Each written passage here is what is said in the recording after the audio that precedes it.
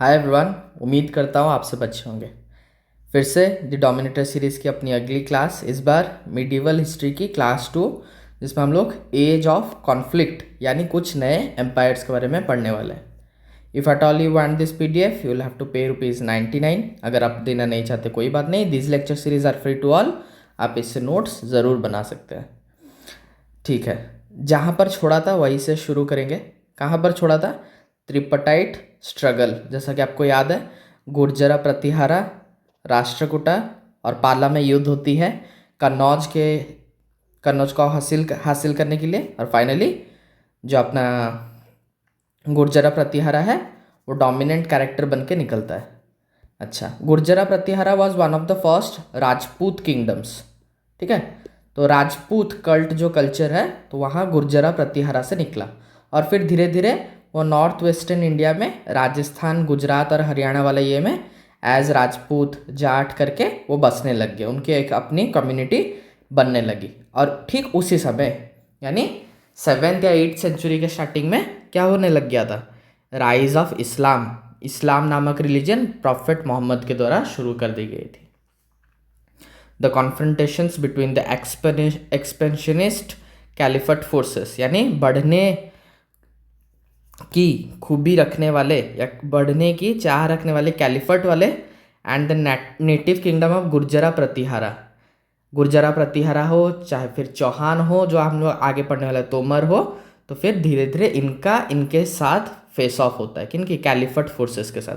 अभी कैलिफट क्या है, सबसे पहले एक बार वो देख लेते हैं। एक्चुअल में हुआ क्या था? The followers of Prophet Mohammed set up an empire called the कैलिफट।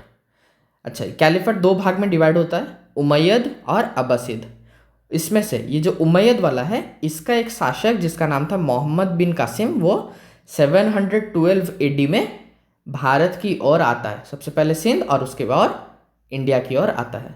तो जैसे ही आएगा तो उस समय कौन रूल कर रहा है? उस समय मेन 3 है अपने पास। कौन? तोमर ऑफ दिल्ली, वीर चौहान ऑफ अजमेर और गढ़वाला डायनेस्टी। ये 3 फेस ऑफ करते हैं किसके साथ? इस्लाम के सो कॉल्ड विस्तार करने वाले लोगों से। ठीक है, सबसे पहले Tomars of Delhi, they ruled parts of present day Delhi and Haryana during the 9th to 12th century. They were the original feudatories of Gurjara Pratihara. तो Tomars around the 10th century carved out an independent kingdom for themselves around Delhi. अब धीरे धीरे करके गुर्जरा त्रिपटाइट struggle के बाद गुर्जरा Pratihara obviously winner बन के निकला था, बट विथ टाइम वो भी तो एक दिन ना एक दिन उसका भी खात्मा होगा। तो जैसे जैसे गुर्जरा प्रतिहारा खत्म हुआ, धीरे धीरे उसके फिड्यूटरीज यानी तोमर अलग होने लग गए, जिसमें से सबसे वीर जिसे कहा जाता है अनंगपाल तोमर, जिनका नाम इतिहास ऑफ दिल्ली में स्वर्ण अक्षर से लिखा जाता है। Anangpal Tomar described as the founder of Delhi, established Lal Kot, a wall citadel serving as the capital of Tomars in 1736। तो लाल कोट किसने बनवाया? अनंगपाल जी ने। द सूरज कुंड रिजर्वायर, ये भी किससे रिलेटेड है? तोमर्स ऑफ दिल्ली से रिलेटेड है और आज ये प्रेजेंट डे हरियाणा में है। ठीक है, तो ये सब आपको पता रहना चाहिए। तो तोमर्स के बारे में जानने के लिए कुछ खास नहीं है, बस इतना जान लीजिए वो भी एक राजपूताना कल्ट में से बिलोंग करते थे और Anangpal Tomar is known as the founder of Tomars. सबसे इंपॉर्टेंट आता है चौहान। क्यों ना, चौहानों की वीर गाथाएं तो हमने बचपन से सुनी हुई हैं। ठीक है, the earliest inscription that describes the origin of Chauhans. Chauhan को क्या कहा जाता था? अच्छा, यहाँ पर लिखा भी हुआ है, चाहमाना। ठीक है, चौहान या चाहमाना। सबसे पहले इनकी डिस्क्रिप्शन पाई जाती है 1119 AD में शिवाडी इंस्क्रिप्शन ऑफ रत्नापाल। एक रत्नापाल नाम के राजा का शिवाडी इंस्क्रिप्शन में चौहान्स के बारे में हमें पहली एक झलक देखने को मिलती है। They originally had their capital at Shakambhari. Shakambhari कुछ नहीं है, आज का जो सांबर लेक टाउन है ना राजस्थान में, बस वही है Shakambhari. Until the 10th century they ruled as Pratihara vassals. ये लोग भी गुर्जरा प्रतिहार में, जैसे तोमर्स थे, ये सब भी चौहान भी गुर्जरा प्रतिहारा के अंडर में थे। जैसे जैसे प्रतिहारा वीक होता गया, तोमर अलग हो गया, चौहान अलग हो गया। When the Pratihara power declined, the tripartite struggle, the Chahmana ruler Simha Raja assumed the title महाराजा धीराजा।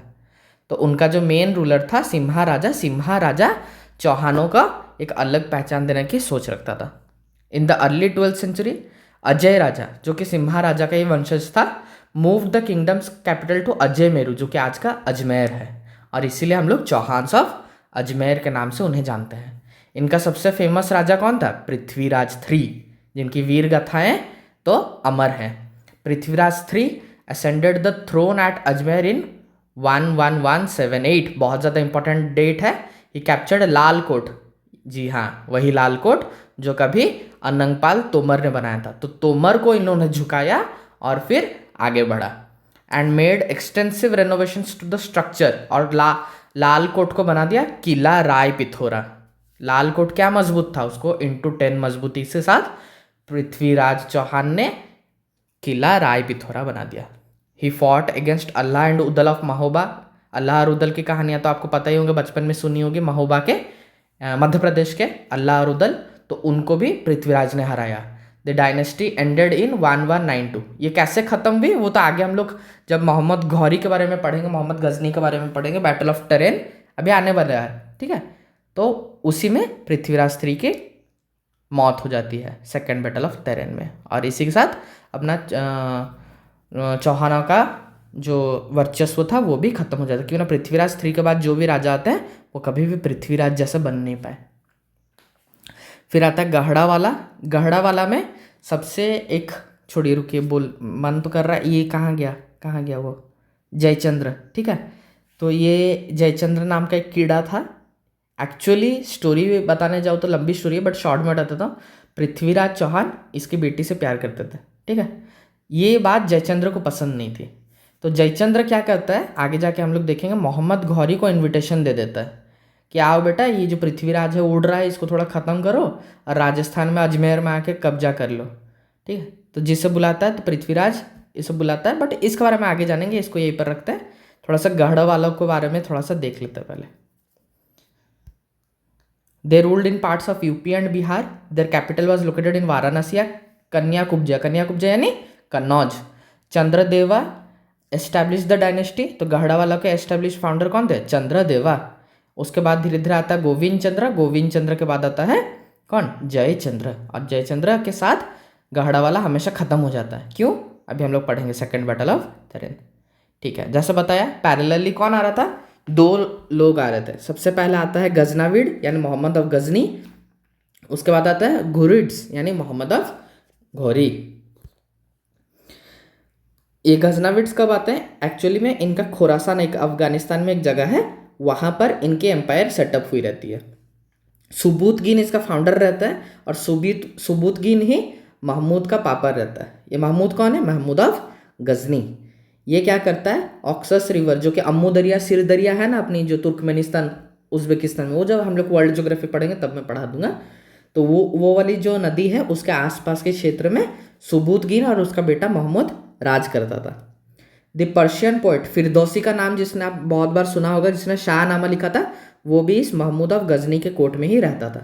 फिरदौसी की Shahnama Mahmud of Ghazni. But he was also defeated in the battle of Waihind.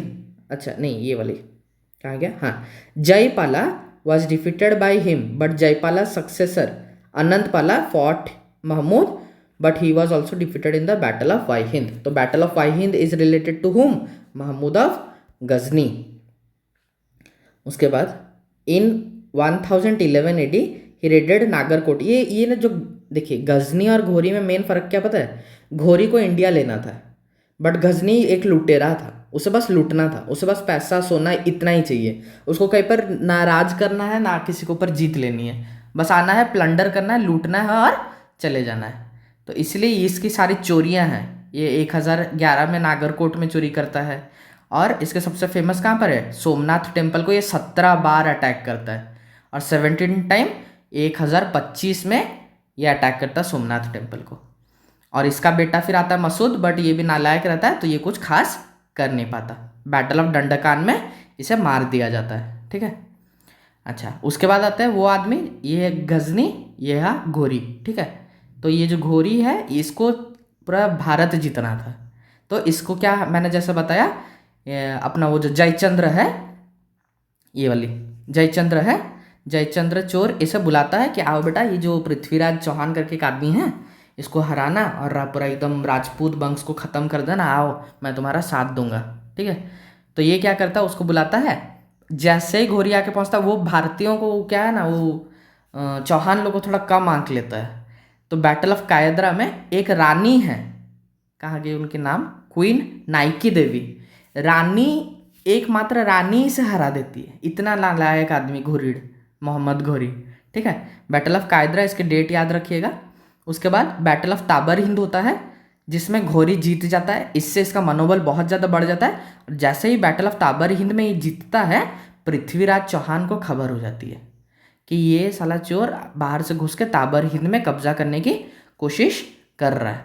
तो पृथ्वीराज तुरंत दौड़ते हुए आते हैं और फर्स्ट बैटल ऑफ तरेन होता है, जिसमें पृथ्वीराज चौहान बिल्कुल जीत जाते हैं। ठीक है, और सेकेंड बैटल ऑफ तरेन में ये चोर जयचंद्र के वजह से ही पृथ्वीराज के पीठ के पीछे से उन्हें हमला किया जाता है और मोहम्मद घोरी जीत जाता है, पृथ्वीराज चौहान को मार दिया जाता है। ठीक है, एक्चुअल में स्टोरी है पृथ्वीराज चौहान को किसी ने मार नहीं पाया, पृथ्वीराज चौहान वहाँ से भी बच के निकल गए। बट बहुत सारी एनसीईआरटी किताबों में लिखा है कि पृथ्वीराज चौहान की डेथ हो जाती है।